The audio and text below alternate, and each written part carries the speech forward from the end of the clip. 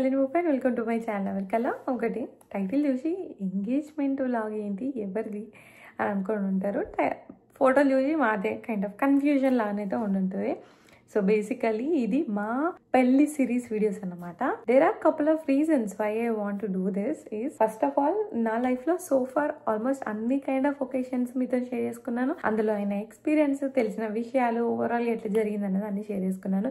Except main part which is my wedding. And obviously ఎందుకు చేయలేకపోయినా అంటే నేను యూట్యూబ్ స్టార్ట్ చేసింది అదంతా పెళ్ళయ్యి నేను ఇక్కడికి వచ్చి అదంతా అయ్యాక కాబట్టి. అండ్ ఆల్సో అలా నేను మిస్ అయ్యాను. So first of all I don't want to miss sharing those happy moments with you.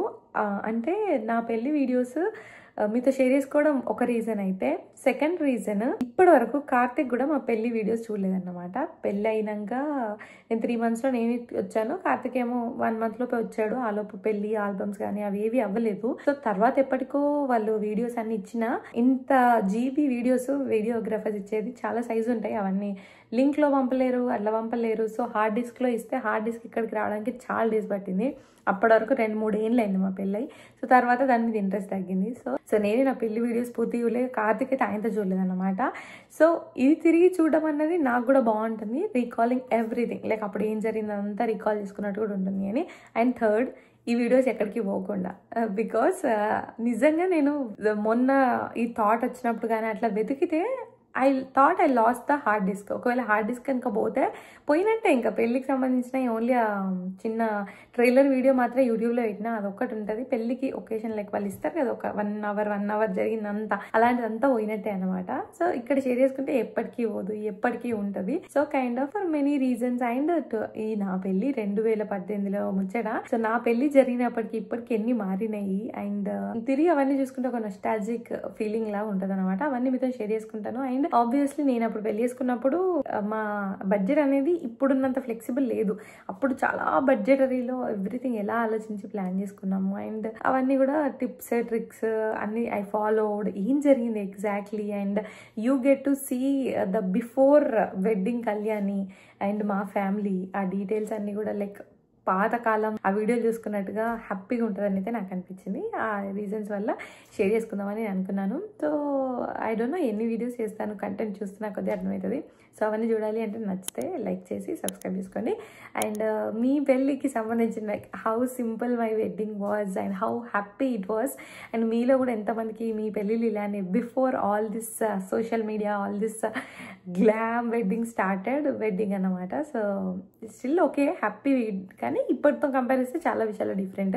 మీలో ఎంతమంది కూడా మీ వెడ్డింగ్ ఎలా జరిగిందో కింద చెప్పండి. ఈ వీడియోస్లలో జస్ట్ ఎంగేజ్మెంట్, పెళ్లి ఎలా జరిగిందనే కాకుండా ఎవ్రీ స్టోరీ బిహైండ్ ఇట్ కూడా చెప్తాను. దానివల్ల you will get to know us more better అన్నది అనిపించింది. సో ఐ హోప్ మీకు అయితే నచ్చుతుందని నేను అనుకుంటున్నాను. So let's start with the engagement video. Seriously ఇదంతా చూస్తుంటే, దీని గురించి మాట్లాడుతుంటే ఎంత హ్యాపీగా ఉందో నాకు. నా పెళ్లి ఎవరికైనా సరే హడావిడి గడిచిపోతుంది కదా, తిరిగి ఇవన్నీ చూసుకోవడం, మీకు ఇలా చెప్పడం 7 ఏళ్ల తర్వాత చెప్తుంటే అసలు ఇంకా డిఫరెంట్ ఫీల్ ఉంది. I'm so happy. So engagement కి వెళ్ళే కంటే ముందు కొద్దిగా బ్యాక్ స్టోరీ ఇస్తాను. అసలు మాది అరేంజ్డ్ మ్యారేజా, లవ్ మ్యారేజా, అందులోనూ డీటెయిల్స్ అనమాట. సో మాది చాలా మందికి తెలిసే ఉంటుంది, అరేంజ్డ్ మ్యారేజ్. మా ఫ్యామిలీస్, మా అత్తయ్య వాళ్ళు, మా మమ్మీ డాడీ వాళ్ళు ఎప్పటి నుండో పరిచయం, బికాస్ ఇద్దరం ఒకే ప్లేస్ నుండి అన్నమాట.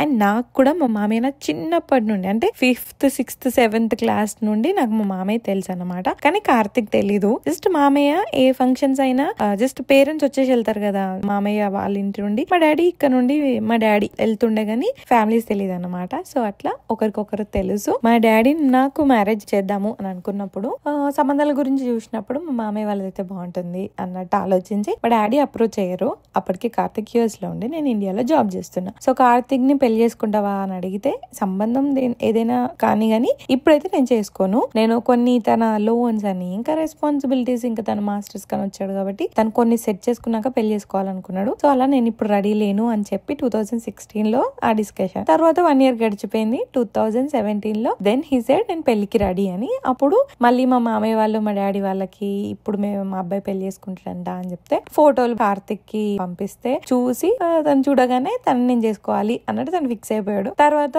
నాకు ఫోటోలు పంపించారు, చూసుకున్నాము, కాల్స్ మాట్లాడినాం. తర్వాత నాకు ఫస్ట్ ప్రిఫరెన్స్ మా అత్తయ్య వాళ్ళు మామయ్య వాళ్ళు ఫ్యామిలీ మంచిది అన్న ఒపీనియన్. సెకండ్ తినతో మాట్లాడాక తను కూడా నేను బాగా సింక్ అయ్యామనిపించి ఇలా కపుల్ ఆఫ్ రీజన్స్ ద్వారా మేమిద్దరం అయితే ఒకరికొకరు ఓకే అనుకున్నాం. కానీ మధ్యలో ఒక చిన్న ఏమంటారు సెట్ అవుతుందో కాదో లాంటి డిస్కషన్ వచ్చి కార్తిక్ మాత్రం ఏది జరిగినా సరే నాకు అమ్మాయి కావాలి అని తను వాళ్ళ ఇంట్లో ఫైట్ చేసి మరి ఓకే చెప్పించాడు అనమాట. అలా 2017 లో మా పెళ్లి అయితే ఫిక్స్ అయింది. కానీ పెళ్లి 2018 లో అయింది. 1 year లాంగ్ డిస్టెన్స్ లా గడిచింది అనమాట. సో పెళ్లికి అయితే ఒక జస్ట్ 1 week ముందు వచ్చాడు అనమాట. ఎంగేజ్మెంట్ ముందు రోజు వచ్చాడు. సో నెక్స్ట్ డేనే ఎంగేజ్మెంట్. అండ్ మా ఎంగేజ్మెంట్ కూడా పెళ్లికి జస్ట్ 5 రోజుల ముందే మా ఎంగేజ్మెంట్ అయింది.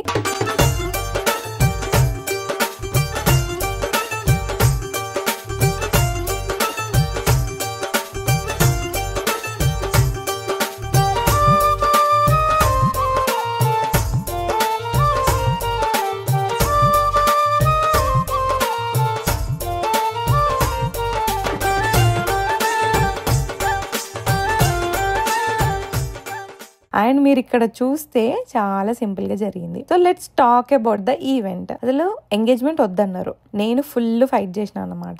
ఎందుకంటే మాకు రిసెప్షన్ కూడా లేదు, ఇద్దరం ఒకే ప్లేస్ కాబట్టి పెళ్లికి వచ్చిన వాళ్ళు రిసెప్షన్ కి వస్తారు, కలిసి పెళ్లి చేసేస్తే బడ్జెట్ ఫ్రెండ్లీ అయిపోతుంది అని చూసుకుంటారు కదా, అట్లనే అన్నారు. దానికి వివర్ లైక్ ఓకే అని. కానీ ఎంగేజ్మెంట్ కూడా పెళ్లికి 5 రోజుల ముందు ఎంగేజ్మెంట్ ఎందుకు, ఇంట్లోనే జస్ట్ లగ్న పత్రిక అట్లా రాసేసుకుందాము అన్నట్టు మాట్లాడితే, లేదు నేను రిసెప్షన్ లేదు ఇది లేదు అనేసి ఇంకా నేను ఫైట్ చేశాను అనమాట. కావాలి అని, కార్తిక్ కూడా కావాలని అన్నాడు. ఎందుకంటే అప్పట్లో హల్దీ మెహందీ ఇవన్నీ పెద్ద అసలు ఏవి కాదు, ఓన్లీ పెళ్లి ఒక్కటే పెళ్లి, ఇంకా మా అంటే ఎంగేజ్మెంట్ అన్నట్టు. అలా అనేసి ఫంక్షన్ హాల్లో ఏది కాకుండా మా ఇంటి వెనకాలే మా ఖాళీ ప్లేస్ ఉంటుంది, అక్కడే చిన్నగా స్టేజ్ చేసేసి ఎంగేజ్మెంట్ అయితే చేసేసారు అనమాట. ఇంకా అసలు డెకరేషన్ దానిలో ఎందులోనూ పెద్ద ఇన్వాల్వ్మెంట్ ఇట్లా కావాలి అట్లా కావాలి రిక్వైర్మెంట్స్ కూడా లేదన్నమాట. ఎంగేజ్మెంట్ కి పెళ్లికే ప్లానింగ్ ఏదున్నా ఎంగేజ్మెంట్ కి ఏదో సోసో ప్లానింగ్ అన్నట్టు. అట్లనైతే 5 రోజుల ముందు సింపుల్ గా మా ఎంగేజ్మెంట్ అయితే ఇలా జరిగింది. అండ్ చాలా మంది ఇప్పుడు పెళ్లి కంటే ఎంగేజ్మెంట్ కంటే ముందే ఒక జరిగేది ఏంటిది, ప్రీ వెడ్డింగ్ షూట్. మాకు అసలు ప్రీ వెడ్డింగ్ షూట్ లాంటివి ఏం లేవన్నమాట. కార్తిక్ 1 week ముందే వచ్చాడు, అంత టైం లేదు. నెక్స్ట్ వచ్చాక నెక్స్ట్ ఎంగేజ్మెంట్, మధ్యలో 2 రోజులు అయిపోయిన తర్వాత నెక్స్ట్ నుండి ఇక పెళ్లి కొడుకు పెళ్లి పోషమ్మలు ఇవే అన్నమాట. సో ప్రీ వెడ్డింగ్ షూట్ చేసుకునేంత గ్యాప్ లేదు.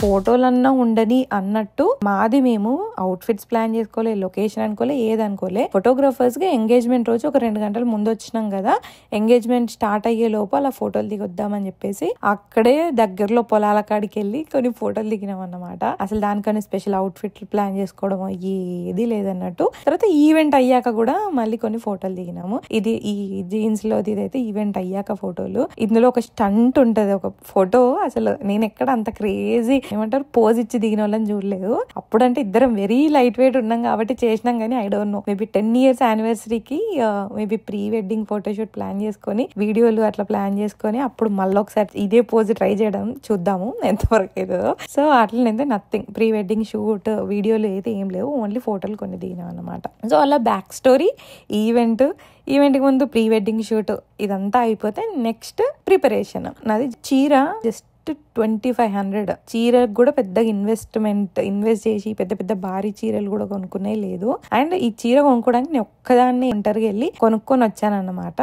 మగ్గం వర్క్ కి పెళ్లి చీరలు అన్నిటితో కలిపి వేయించినాము, అంతా ఒకటే టైంలో గ్యాప్ లేదు కాబట్టి ఎంగేజ్మెంట్ పెళ్లి అన్ని ఒకేసారి వేయించేసినాము. సో ఈవెన్ అప్పట్లో ఎంగేజ్మెంట్ ముందు అవుట్ఫిట్ కూడా లైక్ హాఫ్ శారీయో, ఎక్కువ హాఫ్ శారీస్ నడుస్తున్నాయి, పట్టు హాఫ్ శారీస్ అట్లా. లైక్ నాకైతే అది కూడా లేదు, ఈ చీర ఏదో ఒక్కటి ఫ్యాన్సీ లాంటి ఒక చీర ఉండాలని ఇది తీసుకొని పెట్టాను పెట్టాను అదే ఇక్కడ కట్టుకున్నాను అంతే అన్నమాట. సో ఎంగేజ్మెంట్ ముందుకొకటి అవుట్ఫిట్ ప్లానింగ్, డ్యూరింగ్ ఎంగేజ్మెంట్ అది కూడా లేదన్నమాట. ఈవెన్ చూస్తే నాకు మేకప్ కూడా లేదు నా దగ్గర. అప్పుడు మేకప్ కూడా ఉండకపోతున్నాయి. ఐ థింక్ ఒక లిప్స్టిక్, ఒక లైనర్, అంటే కాంపాక్ట్ పౌడర్ ఏమైనా ఉంటుండేనా. అప్పుడు నాకు మేకప్ అంటే ఏందో కూడా ప్రాసెస్ కూడా తెలియదు అన్నమాట. ఈవెన్ ఆ ఫస్ట్ చీర కట్టుకుంది అయితే 1200, ఎంగేజ్మెంట్ చీర 2500 అంతే. అండ్ ఇది నేను ఎంగేజ్మెంట్ కి, పెళ్లికి అన్నిటికీ కలిపి అనేసి ఒక 2-3 ఇమిటేషన్ జ్యువెలరీలు కొనుక్కున్నాను నా లైఫ్ లో. నా అంతటి నాకు స్టార్ట్ అయిన ఇమిటేషన్ జ్యువెలరీలో నేను కొనుక్కున్న వాటిలో ఇది అన్నమాట. తర్వాత గోల్డ్ వేసేసారు డ్యూరింగ్ ద ఎంగేజ్మెంట్ ప్రాసెస్. ఇంకా మీరు ఆలోచిస్తే ఇప్పట్లయితే అమ్మాయిలది కాదు అబ్బాయిలకు కూడా వాళ్ళిద్దరు కలిసి మ్యాచింగ్ వేసుకోవడం అసలు అది కూడా లేదు. కార్తిక్ ని నువ్వు ఎంగేజ్మెంట్ కి ఏం వేసుకుంటున్నావు కూడా నేను అడగలేదు. ఆయన ఆలోచించుకుని ఒక బ్లేజర్ పట్టుకొచ్చుకున్నాడు, ముందు టీ షర్ట్ వేసుకున్నాడు, తర్వాత బ్లేజర్ వేసుకున్నాడు.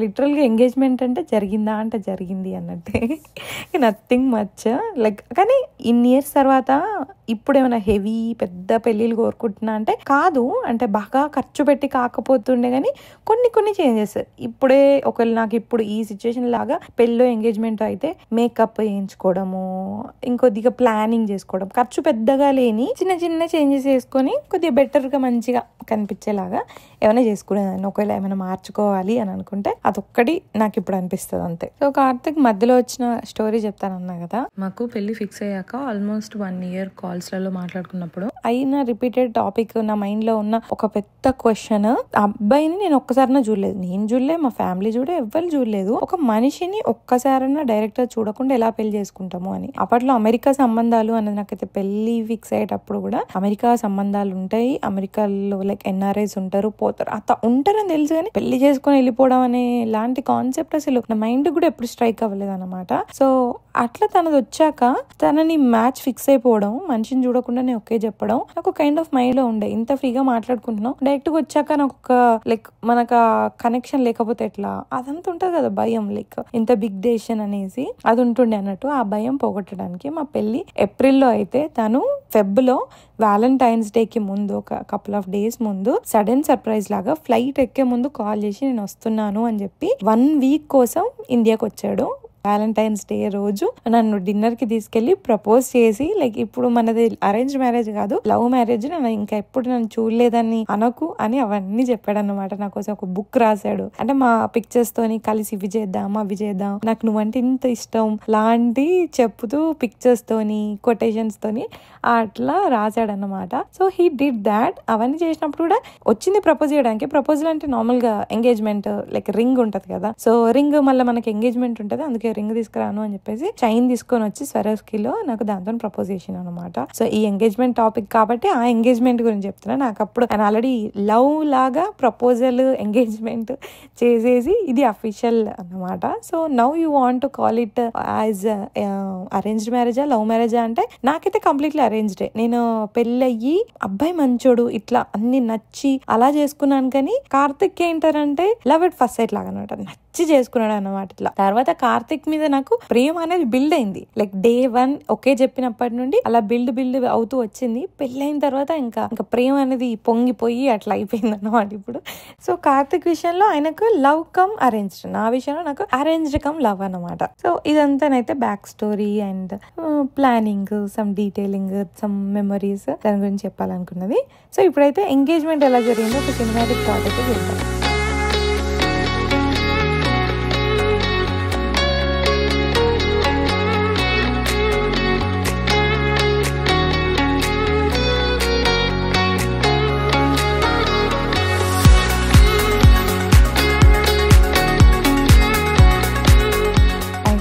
మీకు ఈ మెమొరీస్ మా వెడ్డింగ్ సిరీస్ చేయడం నచ్చిందని అయితే నేను అనుకుంటున్నాను. I'm loving it. తిరిగి నాకు నేను లేకపోతే ఫ్యూచర్ సెల్ఫ్ మన పిల్లలకు మన వాళ్ళకి చెప్పుకుంటాం చూడు, అలా ఉందన్నమాట.